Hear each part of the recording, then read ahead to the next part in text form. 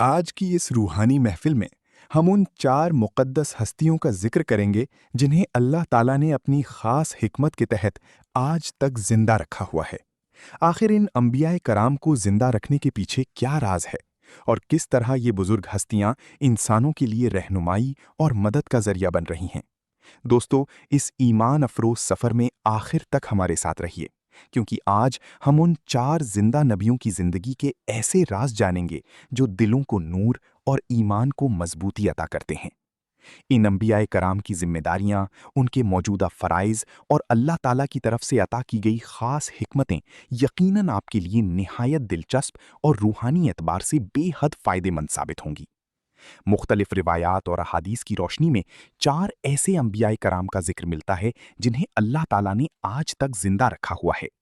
اب سوال یہ پیدا ہوتا ہے کہ یہ چاروں انبیاء کب تک زندہ رہیں گے؟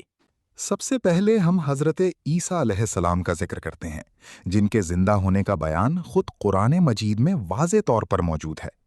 جب حضرت عیسیٰ علیہ السلام نے اپنی نبوت کا اعلان فرمایا تو لوگوں کو جمع کر کے ارشاد فرمایا کہ میں اللہ تعالیٰ کی طرف سے بھیجا گیا رسول ہوں اور حق کا پیغام پہنچانے کے لیے مبعوث کیا گیا ہوں۔ جن لوگوں کی طرف آپ کو بھیجا گیا وہ یہودی قوم تھی، اور ان کی کتابوں میں پہلے سے یہ بات لکھی ہوئی تھی کہ ایک نبی آئے گا جو ان کے باطل نظریات کو ختم کر دے گا۔ اسی خوف کی وجہ سے یہودیوں نے حضرت عیسیٰ علیہ السلام کو قتل کرنے کا منصوبہ بنا لیا۔ انہیں ڈر تھا کہ اگر آپ زندہ رہے تو ان کا دین اور اقتدار باقی نہیں رہے گا۔ حضرت عیسیٰ علیہ السلام مسلسل اللہ کے حکم سے لوگوں کو دین حق کی دعوت دیتے رہے اور انہیں ہدایت کی طرف بلاتے رہے، مگر وہ بدبخت قوم ایمان لانے کے بجائے آپ کو جھٹلاتی رہی، مذاق اڑاتی رہی اور مخالفت پر قائم رہی۔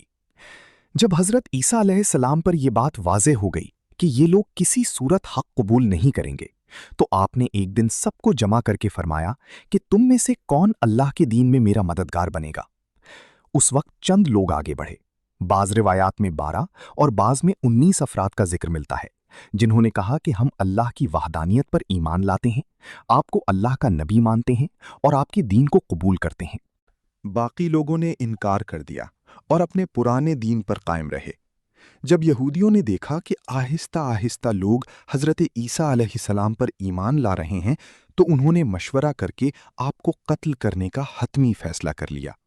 اس مقصد کے لیے انہوں نے تتیانوس نامی ایک شخص کو مقرر کیا تاکہ وہ حضرت عیسیٰ علیہ السلام کو قتل کر دے۔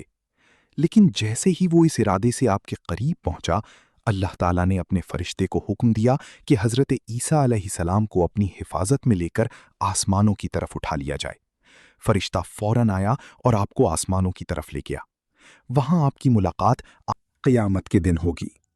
اس طرح اللہ تعالیٰ نے اپنی خاص قدرت سے حضرت عیسیٰ علیہ السلام کو زندہ آسمان پر اٹھا لیا۔ اس وقت آپ کی عمر تقریباً 30 سال تھی۔ ادھر زمین پر یہودی اس شخص کا انتظار کر رہے تھے جسے انہوں نے حضرت عیسیٰ علیہ السلام کے قتل کے لیے بھیجا تھا۔ کافی وقت گزر جانے کے بعد جب وہ واپس نہ آیا تو سب لوگ حضرت عیسیٰ علیہ السلام کے گھر پہنچے۔ وہاں انہوں نے ایک ایسے شخص کو دیکھا جس کا چہرہ بالکل حضرت عیسیٰ علیہ السلام جیسا تھا۔ انہوں نے اسی کو حضرت عیسیٰ سمجھ کر قتل کر دیا، مگر بعد میں معلوم ہوا کہ وہ تو وہی شخص تھا جسے وہ حضرت عیسیٰ علیہ السلام کے قتل کے لیے بھیج کر آئے تھے۔ یہ منظر دیکھ کر یہودی سخت گھبرا گئے اور آپس میں جھگڑنے لگے۔